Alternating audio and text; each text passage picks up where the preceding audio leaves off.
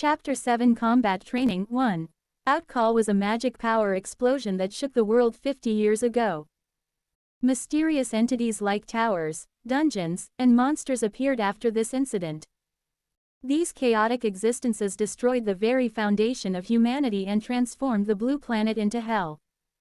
Towers and dungeons endlessly produced monsters that devoured humans. Humanity's science and technology lost all meaning in front of these newfound calamities. Society collapsed and the rule of law returned to law of the jungle. Survivors crumbled to their instincts and lost all human virtues. Heroes emerged like shining stars within this hellfire. They wielded transcendental powers and corrected the chaos. The world was reconstructed just as quickly as it collapsed. They brought about miracles with gifts bestowed by the heavens. With their help, humanity regained its virtues and developed magic science and magic engineering. Towers, dungeons, and monsters were all eventually designated as targets to destroy. However, the differences among them were great. Towers required many people in a long period of time. On the other hand, a single person could conquer a dungeon depending on its difficulty. Towers bestowed the greatest rewards that humans could never dream of. What was the name of the tower conquered by the Guild, Apostle of Saints, on August 17, 2023, and what was its reward? Minor questions like these don't come up often, but you should still know about the conquests of towers and dungeons. Quote, morning class was post-outcall history. The few sentences I had written turned into a 400-page textbook. We had to remember rewards from towers, names of monsters, dungeons in Korea, conquerors of towers and dungeons, and countless other facts. I couldn't process all that information even as the author. Thankfully, it didn't pose a problem with my gift, observation and reading.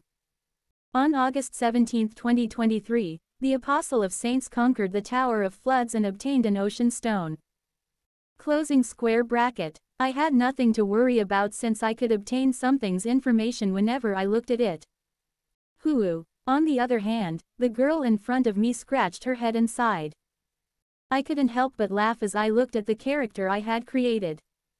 Chai Nyan hated studying. She could have been the #1 ranked female cadet, but she had to give up first place to Rachel due to written exams. Written exams were too much for her even if she gnashed her teeth in mortifying defeat. Chai Nyan half turned and glared at me. She must have heard me laugh. After all, sharpshooters had keen senses. I pretended to be calm and lowered my head into my notes. Chai Nyan clicked her tongue and faced forward. The lesson continued about locations with high mana, monster behavior, djinns on the wanted list. The bell finally rang after 2 hours. Make sure to review your notes today.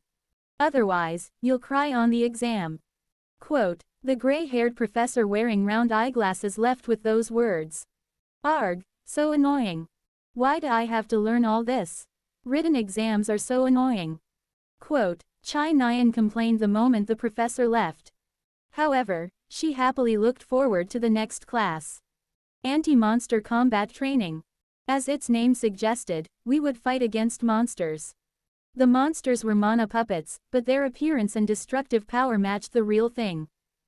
They were slightly weaker than their real counterparts, but a high chance of injury still existed. I felt scared. We're meeting at the field in 20 minutes. A loud voice rang out in the classroom. I turned towards the oval face, small gentle eyes, and muscular body that didn't quite match. He was Kim Seho's supporter, Yi Younghan. The instructor chose Yi Younghan to be class president since Kim Seho and Shin Jonghaek didn't get along. Sigh. I just hoped it wouldn't hurt. After a 20-minute break, everyone from Veritas gathered at the novice field.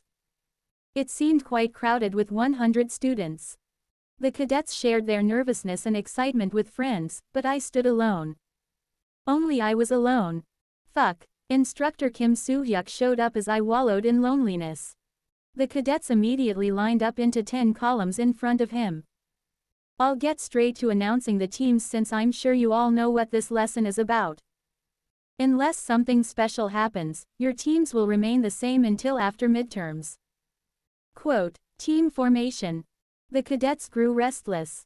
A team generally consisted of 5 members, 2 warriors, 1 sharpshooter, 1 supporter, and 1 utility player.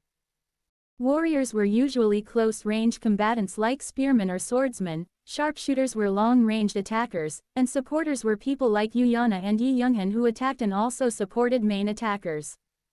Finally, the utility player was generally a magician, so that would be excluded until after the first year.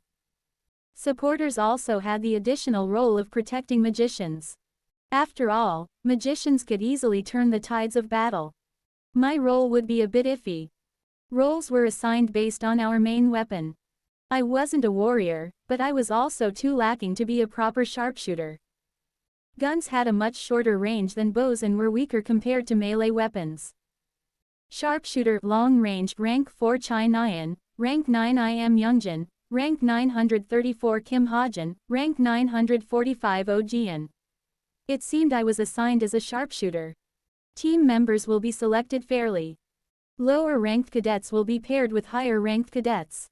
Quote, Kim Soo-hyuk announced to the class. An artificial intelligence developed by the Great Sage administered Cube's training classes, so there was no room for foul play. I could see the pitiful results with my own eyes. Team 1 Kim Seho, Kim Lang, Sung Sung-un, Pain. Team 2 Damien, Rosen, Chun-li, Chai Nyan. Ellipsis. Ellipsis. Team 5 Jin Hosung, Hazuki, Kim Hajin, Yuliana. Quote ellipsis quote. I became speechless at my assigned team. Yuliana. Yuliana was on my team. In my novel, she was one of the most beloved and hated characters. Her eyes briefly flashed with contempt as we made eye contact. Her negativity disappeared by the time I blinked. Surprisingly, she walked towards me with a smile. Her long hair fluttered with each dignified step and her beautiful lips moved. It's nice to meet you. Quote, I. Hosung. Quote, I wasn't the one she greeted. Meeting eyes with her was also my imagination. She spoke to the boy behind me. Hello. Quote, weren't we on the same team before? Yuliana talked too politely for a 17-year-old, but that was how she kept her distance. Yes. Right, haha. Quote, Jin Hosung broke into a cold sweat after exchanging just 2 sentences.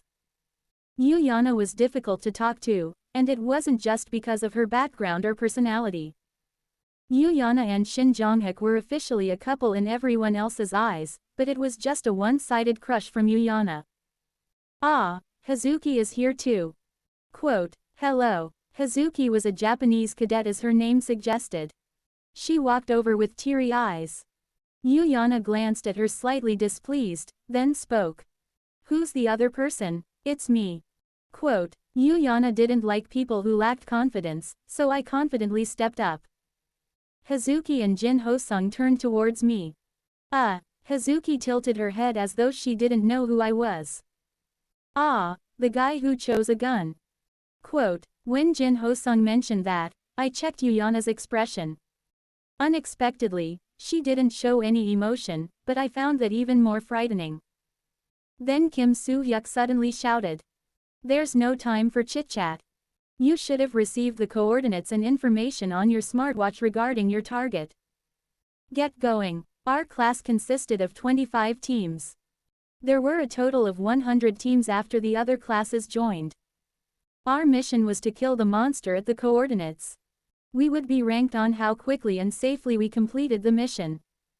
Wing, Yuliana projected her smartwatch into the air as soon as the instructor shouted.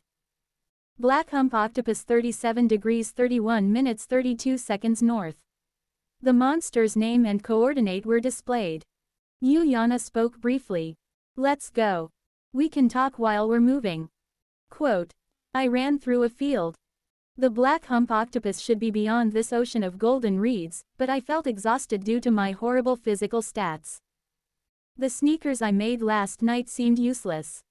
Its 1-hour duration hadn't run out yet, but my stamina bottomed out. In the end, I fell and the team had to stop. It's fine. What matters is whether or not we can kill the monster. Quote, Jin Hosung handed me a water bottle as I gasped on the ground. He's right. Apparently, this is common when you work with magicians. Quote, Hazuki also consoled me with her mediocre Korean. I felt thankful, but I was concerned about Yuliana's reaction the most. Contrary to my expectations, she didn't seem too displeased. She simply sat modestly on the ground, reading information about the black hump octopus on her watch. I also pulled up the information in my head. Black hump octopus, low intermediate rank monster. Special features: the main body is weak, but numerous baby octopuses will pop out from the hump on its head. They are quite difficult to deal with as dozens pop out at a time. The baby octopuses can suck human blood and turn them into mummies in just a second. They are classified as low-rank monsters. Strategy: eliminate all baby octopuses. Alternatively, destroy the black hump where the main body's magic power is stored. Weakness: black hump, strength, suction cups and baby octopuses. I received thorough information about the black hump octopus, perhaps because I wrote the setting for it. I'll deal with the babies while you two take care of the main body. Quote, Yuliana turned off her smartwatch and ordered Hazuki and Jin Haesung. Ah, I get it now. Yuliana acted like I didn't exist. I was on the same level as Air, which was why she didn't reprimand me or seem displeased. Let's go now. Quote, I forced myself to stand after her offensive treatment. My stamina had recovered thanks to the sneakers. Are you sure? Yeah. I'll go first. Hup, I ran ahead of them. I was much faster than when I was on Earth, but I found myself far behind them again after 10 seconds.